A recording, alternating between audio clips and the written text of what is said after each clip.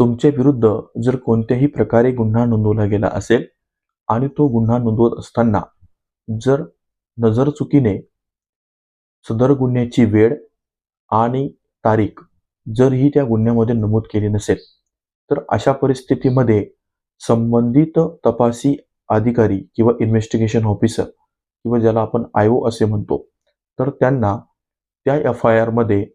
Date म्हणजे तारीख आणि वेळ ही दुरुस्ती करण्याची परवानगी मिळेल का? या संदर्भात अलाहाबाद उच्च न्यायालय यांनी महत्त्वपूर्ण जजमेंट असं दिलं, की जर FIRमध्ये नजरचुकीने किंवा हेतुपुरस्सरपणे